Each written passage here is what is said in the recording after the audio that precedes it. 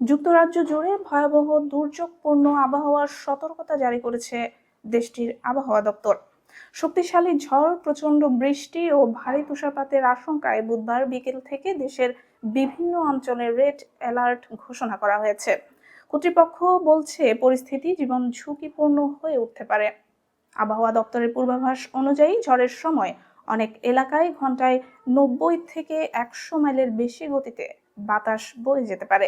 তীব্র বাতাসের সঙ্গে ভারী বৃষ্টি ও তুষারপাত পরিস্থিতিকে আরো বিপজ্জনক করে তুলবে বলে আশঙ্কা করা হচ্ছে।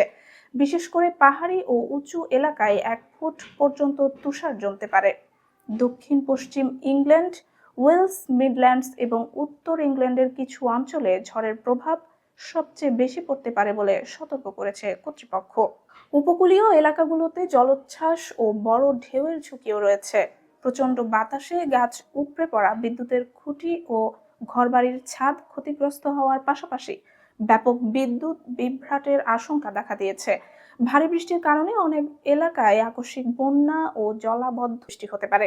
একই সঙ্গে তুষার ও বরফের সড়কগুলো অত্যন্ত পিচ্ছিল হয়ে পড়বে, যা যান চলাচলে মারাত্মক বিঘ্ন ঘটাতে পারে। রেল, বাস ও বিমান চলাচলেও বড় ধরনের ব্যাঘাতের আশঙ্কা করা হচ্ছে। এই পরিস্থিতিতে জরুরি প্রয়োজন ছাড়া মানুষকে ঘরের বাইরে না বের হওয়ার পরামর্শ দিয়েছে কর্তৃপক্ষ। ঝড়ের সময় ভ্রমণ এড়িয়ে চলতে এবং স্থানীয় প্রশাসন ও আবহাওয়া দপ্তরের নির্দেশনা মেনে চলার আহ্বান জানানো হয়েছে। বিশেষ করে বয়স্ক, শিশু ও অসুস্থ ব্যক্তিদের বাড়তি সতর্কতা অবলম্বনের অনুরোধ করা হয়েছে। এছাড়া জরুরি পরিস্থিতিতে কিছু এলাকার স্কুল সাময়িকভাবে বন্ধ ঘোষণা করা হতে পারে।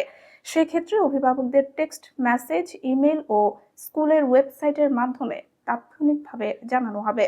তবে কর্তৃপক্ষ জানিয়েছে পরিস্থিতি বিবেচনা করে প্রয়োজন ছাড়া অপ্রয়োজনীয়ভাবে স্কুল বন্ধ করা হবে না।